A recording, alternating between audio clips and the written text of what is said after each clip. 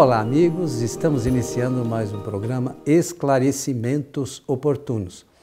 Lembramos sempre que esse programa é uma realização da Sociedade Espírita Francisco de Assis, casa sediada na cidade de São Paulo. E conosco, como sempre, Milton Felipelli. Tudo certo, Milton? Bem. Pronto aqui para o nosso programa de hoje.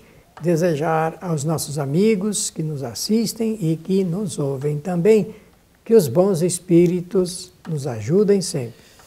Seu Milton Felipelli, 18 de abril, o que lembra você?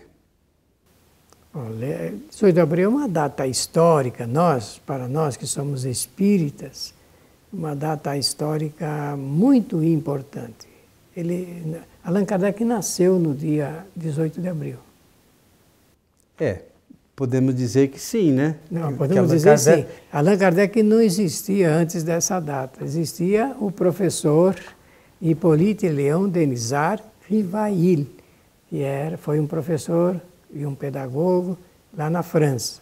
Mas Allan Kardec, que é o pseudônimo desse professor, nasceu no dia 18 de abril de 1857. Trazendo o que, seu Milton? Ele apresentou ao mundo uma revolução de ideias através do lançamento do Livro dos Espíritos.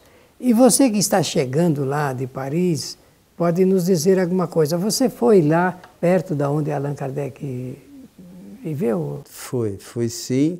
É muito interessante, né, para a gente que gosta da doutrina espírita, estuda um pouco, estar naqueles locais onde Kardec circulou, né, onde a doutrina nasceu, é bastante interessante. O que se lamenta só é que, em função de alguns contratempos, o senhor Allan Kardec é muito desconhecido na França. A gente percebe que pouco se sabe do senhor Allan Kardec, mas eles não têm ideia do que esse espírito trouxe para a humanidade, a importância do conteúdo que esse espírito trouxe para a humanidade, que ele fará, já faz para alguns, mas fará para toda a humanidade, por certo, no futuro breve, também uma diferença significativa, que vai auxiliar nada mais, e ele acabou trazendo, o que se chama de Consolador Prometido. Isso não é pouca coisa, é muita coisa. Realmente é significativo. Agora, Coelho, qual foi a sua emoção quando você esteve ali perto, pisou a calçada, você esteve lá na Passagem Saint-Étienne, né? Tive.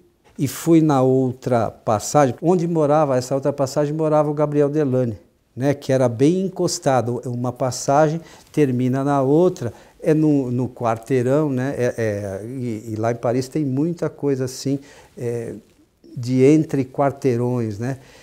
E hoje, nessa passagem Saint-Étienne, praticamente não se tem nada. O que era o local que era a Sociedade Espírita hoje é um hotel, porque está bem ao lado da passagem e, ao que nos parece, a parte, vamos dizer assim, física da onde era a Sociedade Espírita virou esse hotel, né? Internamente eles acessaram e tal. A gente consegue atravessar a passagem, a única coisa que tinha lá funcionando é uma pequena gráfica, né, que ficava ali no térreo, e todas as outras lojinhas ali fechadas. Aí já na outra passagem já tem um pouco mais de movimento. Mas vamos dizer assim, a sensação é bastante grande, sabe? De você estar ali. Fui também no túmulo de Kardec. É uma sensação diferente para a gente que gosta da doutrina, que estuda, vê o trabalho realizado por esse espírito. É um negócio Você vibrou importante. por dentro, né? Hã? Vibrou por dentro. Muito, Milton, muito mesmo. Fiquei muito feliz. Para mim, a minha esposa queria passear bastante. Para mim, essas coisas já estavam boas, já eram suficiente pelo que a gente gosta da doutrina e aquilo que a gente considera que a doutrina vai trazer futuramente para a humanidade. Eu acho que estar ali para mim foi uma coisa muito boa. Eu gostei muito. Então, quando o Livro dos Espíritos nasceu, ele morava ali? Morava ali. Morava ali. E ali também foi a primeira sede da Sociedade Parisiense de Estudos Espíritas. Isso. Tá. Depois vocês visitaram também, você disse lá o cemitério Lachaise, né? Père Lachaise. Fui lá no túmulo de Allan Kardec.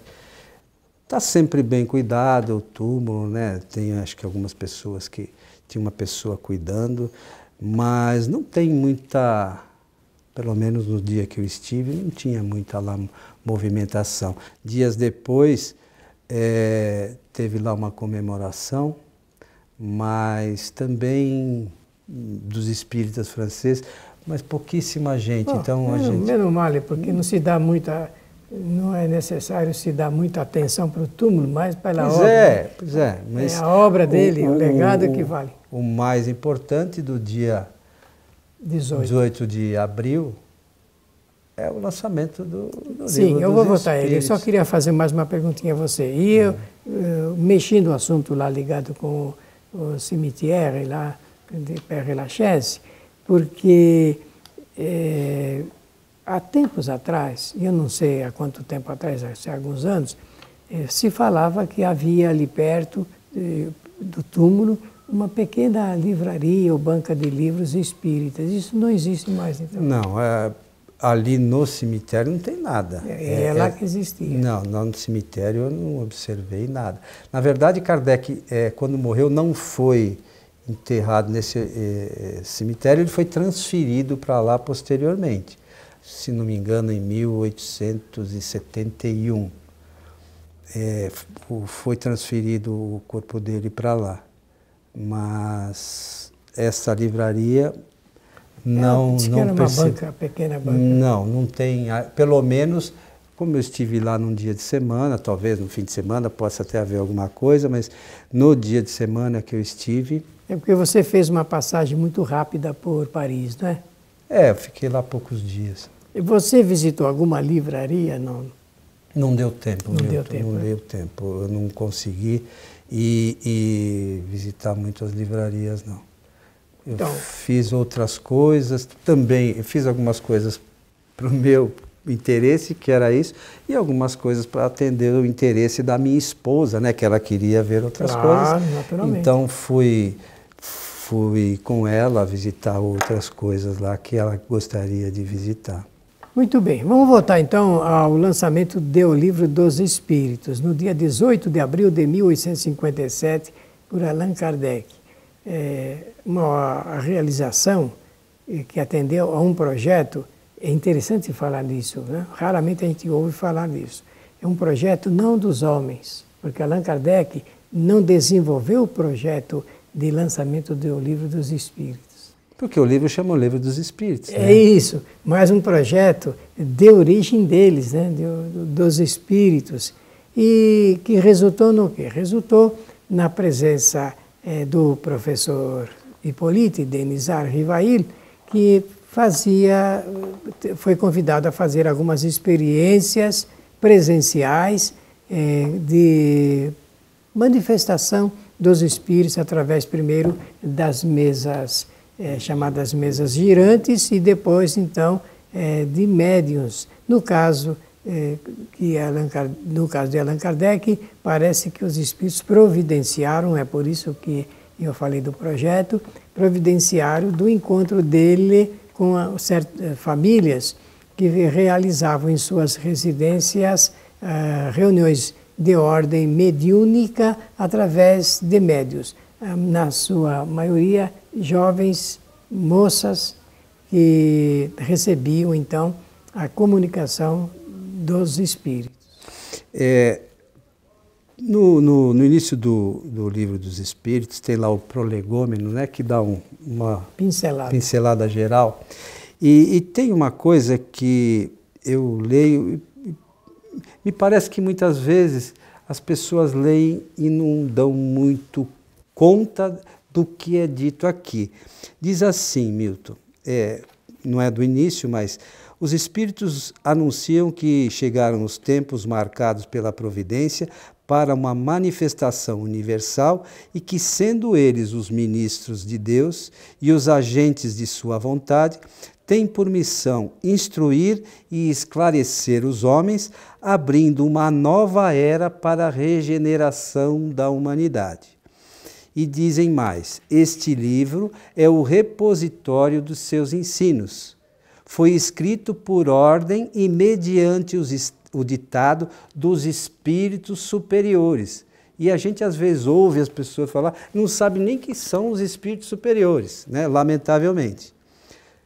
Para estabelecer os fundamentos de uma filosofia racional, isentas de preconceitos do espírito de sistema. Nada contém que não seja a expressão do pensamento deles e que não tenha sido por eles examinado. Só a ordem e a distribuição metódica das matérias, assim como as notas e a forma de algumas partes da redação, constituem obra daquele que recebeu a missão de os publicar. Se a gente observasse isso com atenção, já entenderia... Não só isso, daria muito valor para sabe, é uma coisa que as pessoas leem, mas não observam. O conteúdo, da onde veio isso. O legado é muito grande mesmo. E ele conseguiu realizar esse trabalho aí dentro dessa metodologia citada, porque ele era realmente um professor muito aplicado. Allan Kardec tinha sido discípulo de Jean-Henri Pestalozzi, lá na cidade de Yverdon, na Suíça. Aos 14 anos já dava aula. Dava aula. Então era uma criatura devidamente preparada, muito justa, muito equilibrada, sem laivos religiosos, filosóficos, sociais, não atendia às expectativas políticas, nada disso. Era um homem judiciosamente preparado para o campo da educação. E os espíritos escolheram Allan Kardec não por obra do acaso, é por obra... Não. Porque já era um espírito também preparado para essa finalidade. Se encaixar no projeto. Ele fazia parte do projeto. Fazia né? parte do projeto. Então, isso aqui está bem no início do Livro dos Espíritos. É só conferir, só abrir todos os livros dos Espíritos contêm esses prolegômenos. A palavra prolegômenos significa enunciado de uma filosofia ou enunciado de uma ciência. É um enunciado. Então, por isso que chama-se prolegômenos e eles preparam o que vai ser introduzido como conteúdo da obra. Vale a pena a leitura atenta desse... O livro, ele contém, quando ele foi lançado, no dia 18 de abril de 1857, ele continha cerca de 501 perguntas e, portanto, 501 respostas. Mas depois, Allan Kardec rapidamente foi atendendo à expectativa dos espíritos, foi trabalhando em cima do selecionamento de outras questões e quando ele, 3 anos depois, ele publica a segunda edição, ele já a publica contendo 1019 questões e 1019 respostas. Alinhando, anotando, somando as subperguntas e algumas alíneas apresentadas... Item A, B e C, né? Dá 1213 perguntas e respostas dos Espíritos. Então é uma obra de fôlego, uma obra que vem revolucionando o pensamento através das pessoas que gostam de examinar a vida, Você sabe, Milton, no dia 18 de abril de 2018, serão 161 anos, né, do lançamento do Livro dos Espíritos. E é engraçado que dia desses eu estava conversando com um amigo que é espírita e estava conversando sobre algumas questões relacionadas no Livro dos Espíritos, depois algumas questões no Livro dos Médiuns, outras da Gênese. Para minha surpresa, esse meu amigo, que trabalha numa casa e tal, ele mal conhecia o Livro dos Espíritos. É lamentável. Né? E é uma pessoa boa, não estou discutindo isso, não é isso que a gente está falando. É um meu amigo, gente boníssima, mas as questões doutrinárias,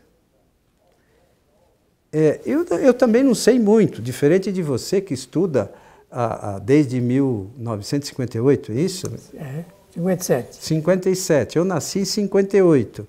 Então já faz 60 anos que você estuda a doutrina. Meu estudo é mais recente. Estou aprendendo, tenho que aprender muita coisa. Mas o que me admira numa obra dessa que é fascinante, as pessoas que se dizem espíritas não conhecem, não conhecerem. Então, o espiritismo, a doutrina espírita carece muito ainda do nosso estudo, do nosso empenho, da divulgação responsável, né, do conteúdo das obras fundamentais, que são os livros de Kardec. E por falar nisso, então, a gente pode dizer o seguinte, do Livro dos Espíritos, está aqui, na sequência, Allan Kardec extraiu o seguinte, olha, o Livro dos Espíritos, em 1857, mês de abril, dia 18. Em seguida, surge o Livro dos Médiuns, em 1861, que é uma parte que Kardec chama parte experimental da ciência espírita. E sai daqui de dentro a partir do que contém a questão 459. Aí se desdobra e deu nessa obra publicada em 61. Ao depois, nasce o Evangelho segundo o Espiritismo, em 1864, no mês de novembro, e que Allan Kardec começa extraindo a parte relacionada com as questões 625, 626, 627, falando de Jesus de Nazaré. O Evangelho segundo o Espiritismo contém a interpretação espírita dos ensinamentos morais de Jesus. Depois vem de 65 o Céu e o Inferno, que é uma verdadeira teoria muito importante da teologia espírita, tendo duas partes simplesmente notáveis para o nosso esclarecimento.